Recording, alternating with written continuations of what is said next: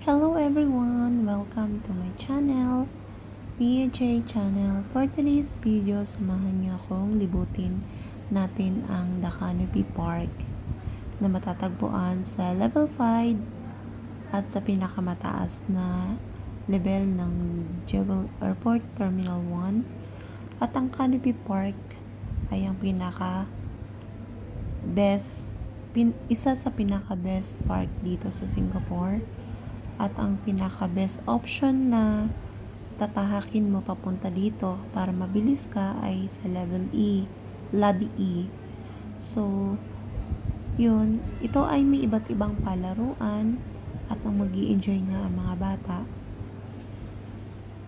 Simula sa mga maze at meron silang hedge maze, mirror maze, at kapag ka bumili ka ang sadya mo lang ay sa Canopy Park, ito ay may libreng kasamang makikita mo ang Discovery Slide,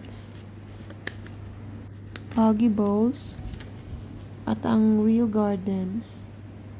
At kapag bumili ka ng Canopy Park, may isang kasama dyan ang hedge maze, mirror maze, or walking net or yung bouncing net. Ayan, magkakaiba po yung bayad niyan. At ang pinayaran ko po dyan ay $13 kasama yung hedge maze or mirror maze, at magkaiba po yung bayad sa bouncing net at saka walking net. Hindi ko pa na-try yun. Pero nakikita ko yung mga bata enjoy na enjoy sila. Sad to say, I'm afraid to the heights. Kaya ganon. Ayokong itry. Anyway, ito yung isa sa mga stress reliever ko kapag nakakakita ko ng mga bulaklak at nakaka-video ako. Noon, hindi pa man ako gawa ng channel at hindi pa ako nagko-content, talagang hilig ko nung mag-collect ng mga picture o video. Yan, mag-i-enjoy ka talaga sa mga bulaklak na yan.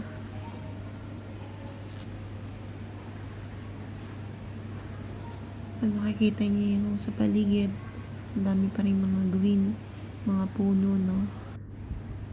Ito talaga ay pinaganda nila ng gusto. Hello all! How are you there? Itong elepanteng ito, ang cute. Nakikita niyo yan. Anong pagpunta ko dito ay hindi ganun kadaming tao. So, mas sarap lang mag-ikot-ikot at mag-video-video. At ito ang pinaka-famous na rain vortex. Ilang taon pa lang nakakaraan nung yan ay nilagay dyan. Ito pala ay may lawak na 14,000 square meters. At marami kang mapupuntahan dyan. May mga discovery slide na pwede maglaro yung mga bata at talagang mag-i-enjoy sila. Yun ay kasama po sa The Canopy Park. Yan, iikutin mo lang yung paligid na yan.